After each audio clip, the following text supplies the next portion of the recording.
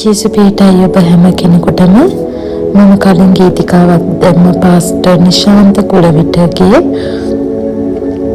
ආදරණීය දේවදාසියෙක් යටහත් දේවදාසියෙක් එතුමන්ගේ ගීතිකාවක් දැම්ම ඉහළ අහසේ පහත පොළවේ පුදුම දේ දෙවිඳුන් කරයි. ඇත්තටම විශ්වයේ මෞංකාර වූ දෙවියන් වහන්සේට කරන්න බැරි දෙයක් නෑ. විසඳුම නැති තැන හිතාගන්න බැරි පුදුම දේ කරන දෙවියන් වහන්සේ. මම කතා කරද්දී ඔයාලගේ ජීවිතවල ඔයාලා දෙවියන් වහන්සේ නොදැනී හිටපු කාලේ පවා දෙවියන් වහන්සේ සමහර අවස්ථාවලදී ඔයාලා හිතාගන්න බැරි මොහොතවල උන්වහන්සේ ඔයාලට හිතාගන්නවත් බැරි දේවල් කරලා ඇති. ඒ වගේම දෙවියන් වහන්සේ දැනගත්තට පස්සෙත් ඒ වගේම තවත් කිසි කෙනෙක් කවුරු හරි මේ දේ අත්දැකලා නැත්තම් මම කියනවා ගීතවල 34:8 ලෙස ස්වාමීන් වහන්සේ යහපත් බව රස බලා දැනගන්න. උන්වහන්සේ විශ්වාස කරන මිනිස්සු ආශිර්වාද ලද්දේ. මම කලින් බෙදාගෙන ඇති මේ දේව වචනය මට ඇහුණු දේව වචනයක් මම ප්‍රශ්නික යද්දී. ඔයාලා ඉදිරියේදී පිළිතුරන්නේ පිටුපස්සේ බැලුවත් පිළිතුරන්නේ දකුණට ගියත් වමට ගියත් ඉහළට පහළට කොහෙ ගියත් මොන දේ කරත් විසඳුමක් නැහැ ප්‍රශ්නේ එතනමයි කියලා හිතනවද? එහෙම වෙන්නේ නැහැ. ඔයාලට පේන්නේ නැති ඔයාලගේ නොපෙනෙන විසඳුම නොපෙනෙන ඔයාලගේ ඉරණම දෙවියන් වහන්සේ හැම කෙනෙකුටම යහපත් ඉරණමක් තියලා තියෙනවා. ඉතින් අපි දෙවියන් වහන්සේගේ මාර්ගයේම යනවා ඒ ඉරණමට අපි පෙළ ගැහිලා ඉන්නවා. උන්වහන්සේට ඒක හරියම ලේසි. අපිට ඒක ලබා ගන්න හරියම ලේසි. අපි තවත් පොරබැදීම් වල ප්‍රශ්න වල අපි යනවා. හැබැයි සමහර අවස්ථාවලදී අපිට දෙවියන් වහන්සේ නැද්දෝ කියලා හිතෙනවා.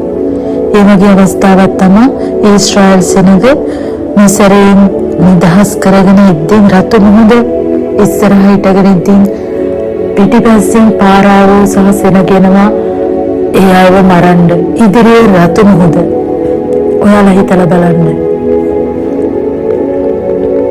කොයි තරම් බයක් ඒ හදවත් වලට එන්නේ නැද්ද? අපි මේ දේශයෙන් ගලවගෙන ඇවිල්ලා අපි මේ කිරිහාමි පැණි ගලයන දේශයකට අපි වරගෙන යනවා කියලා මෙතන මේ ඇවිල්ලා අපි ඉන්නවා. අපිට දැන් මරණය විතරයි අයිති, අපිට දැන් විනාශය විතරයි අයිති කියලා මේ මිනිස්සුන්ට හැඟෙන්නේ නැති. ඔයාලටත් අද ජීවිතවල එහෙම හැඟෙනවද? නැහැ. දෙවියන් වහන්සේ කරන්න බැරි, හිතන්න බැරි පුදුම දේවල් කරලා ඔයාලා ඉන්න තත්ත්වයන් වලින් එළියට ඇදලා ගන්නවා. ඔයාලව ඒ හස්තයෙන් සදාකාල හස්තයෙන් ඔයාලා ඔසවලා ගන්නවා. කවදාවත් දෙවියන් වහන්සේ ගැන සැක කරන්න එපා. ජේසුස් වහන්සේ ජීවමානයි.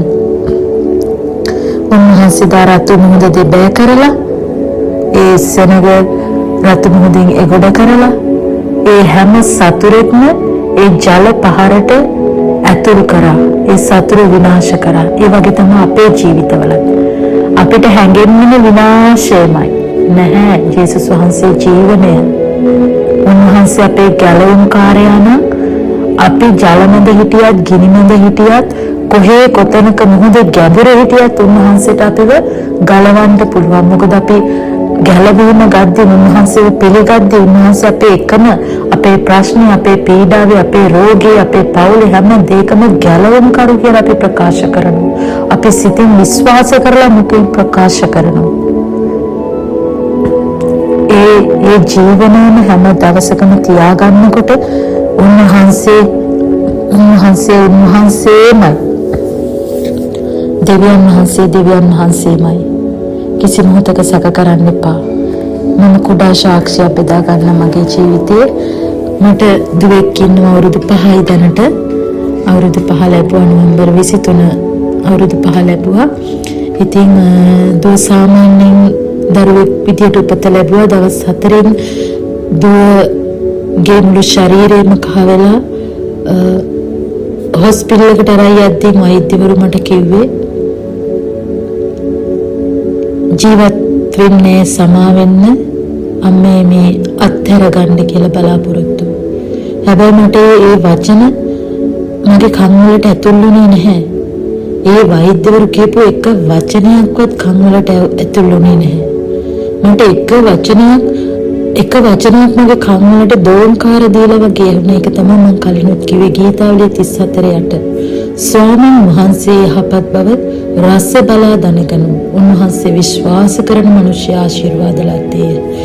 මම ඇත්තටම දන්නේ නැහැ එහෙම උති මට ආපු විශ්වාසය ඇදහිල්ල ඒ නිසකකම ඒ 100%ක් ඒ තිබුණු මගේ හදවතේ දෙවියන් වහන්සේත් එක්ක සම්බන්ධතාවය ඒක කොහොමද ඇති වුනේ කියලාවත් මට ඒ මොහොතේ තේරුන්නේ නැහැ. නමුත් දෙවියන් වහන්සේ යහපත්. උන්වහන්සේ යහපත්. වෛද්‍යවරු නෙමේ අපේ ජීවිත තීරණය කරන්නේ. රාජ්‍යවරු නෙමේ අපේ ජීවිත තීරණය කරන්නේ. ජනාධිපතිවරු නෙමේ අපේ ජීවිත ගැන තීරණය කරන්නේ. වැඩ කරන ස්ථානයේ බොස්ලා නෙමේ අපේ ජීවිතේ පාලනය කරන්නේ. අඩුගානේ අපේ දෙමව්පියන්ටවත් අපේ ජීවිතවල තීරණ ගන්න කියන්නේ අපේ ජීවිත මේකයි කියලා අපිව සීමා කරන්න බෑ. මොකද දෙවියන් වහන්සේ අපිට නොපෙනෙන මහා බලවත් යහපත් සලස්මක් තියලා තියෙනවා. ඉතින් ඒ වගේ එහෙම වෛද්‍යවරු කියපු දේ මේ වෙද්දී අද මගේ දුව අවුරුදු 5 උපන්දිනේ සමරුවා නොවැම්බර් 23. ඒ වගේ තමයි මම ඔයාලටත් කියන්නේ ඒ ගත වුණු දවස් කිහිපය රතුමුහුද වගේ තමයි. ඇත්තටම රතුමුහුද ඉස්සරහා හිටගෙන හිටපු සෙනග වගේ තමයි. හැබැයි මට ඒ සෙනගට බය වෙන්නට කිසිම දෙයක් දැනුන්නේ මට සමාදානය විතරමයි තිබුණේ. ඉතින් වෛද්‍යවරු පුදුම වෙනවා, අනිත් අම්මලා අඬනවා, කෑ ගහනවා, ළමයි ඒ එක ප්‍රශ්න වලින් යනවා. ඉතින් මේක මේ අවසාන මොහොතක් ගැන කියලා මට තියෙන්නේ. හැබැයි මට ඒක දැනුනේවත් නැහැ. ඒ වගේ තමයි අපි කොහේ කොතනක මොන ප්‍රශ්න ගිහිලා ගැඹුරටම ගිහිල්ලා හිටියත් ගින්නමද හිටියත් එකම දේ විශ්වාස කරන්න ඕනේ. මගේ ජේසුස් මේ අහස පොළව මැවුණු ජේසුස් වහන්සේ මගේ ගැලවුම් කරු. මගේ ගාව මම උන්වහන්සේගේ ශුද්ධ වූ මාලිකාව. ඒ දෙවියන් වහන්සේ මගේ අත අල්ලගත්තේ අතාරින්න නෙමෙයි. මට යහපත් දෙයක් වෙන මිසක් අයහපතක් වෙන්නේ නෙමෙයි. ඒ ආකාරයෙන් හිතන්න. දෙවියන් වහන්සේ යහපත්. ඔයාලගේ ප්‍රශ්න සමහර විට දැන් කාලේ තියෙන ප්‍රශ්න මිනිස්සුන්ට එක්ක මුදල් ප්‍රශ්න නැත්තම් ගේ හදා ගන්න බෑ නැත්තම් රෝගයක්. ඒවා සාමාන්‍ය දේවල්. ඒ හැමදේම මතක කරලා උන්වහන්සේ වෙනුවෙන් ජීවත් වෙන්න, උන්වහන්සේගේ සේවය කරන්න, උන්වහන්සේ වෙනුවෙන් කරන්න පුළුවන් හැමදේම කරන්න උන්වහන්සේ ඔයාලගේ බර අරගෙන උන්වහන්සේ ඔයාලා ඒ යහපත් ඉරණමේ සැලැස්මේ අලංකාර විදියට අරගෙන යනවා. ඊශ්‍රායල් සෙනග ඒ මිසරෙන් ගලවගෙන ඊශ්‍රායල් ඒ කිරිහා මේ පැණි ගලා යන දේශයට අරන් ගියා වගේ ඔයාලගේ අලංකාර ඉරණමේ ඔයාලගේ ජයග්‍රහණී දේශයට ඔයාලා අරගෙන යනවා. ඒක ස්ථිරයි. කිසිම මොහොතක ගැටෙන්න එපා. මිනිස්සු වටන්න පුළුවන්. මිනිස්සු කියන්න පුළුවන් මේක තමයි වගේ අන්තිමේ මෙතන එහාට කිසි විසඳුමක් නැහැ. වෛද්‍යවරු කියන්න පුළුවන්. ඔයාලා වැඩ කරන ස්ථානයේ බොස්ලා කියන්න පුළුවන්. උන්වහන්සේට එක තප්පරෙත් ඇති.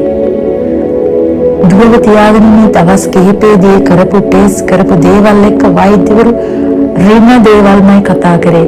එයාලා කියද්දි මම ආපස්සට කියනවා නෑ මගේ දෝ ජීවත් වෙනවා. නෑ මම දවස් මෙච්චරකින් මෙයාව ටිකට් කපනවා. මම ඩිස්චාර්ජ් වෙලා යනවා.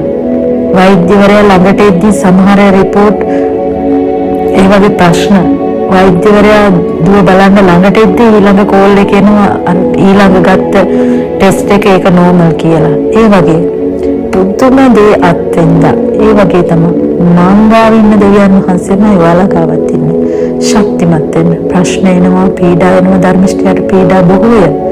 නමුත් ඒ සියල්ලෙන් ගැලවෙන මාර්ගයත් උන්වහන්සේ දෙනවා. විශ්වාසයෙන් අල්ලගෙන ඉන්න. උන්වහන්සේ ඔයාලගේ අතාරින්නේ ඔයාලා ඇතෑරියොත් මිසක්. ජේසුස් වහන්සේ අපි හැමෝටම ආදරේ. උන්වහන්සේ ඉල්ලන්නේ අපේ රත්තරන් මිල මුදල් කිසි දෙයක් නෙමෙයි, අපේ හදවත විතරයි. අපේ හදවත විතරමයි.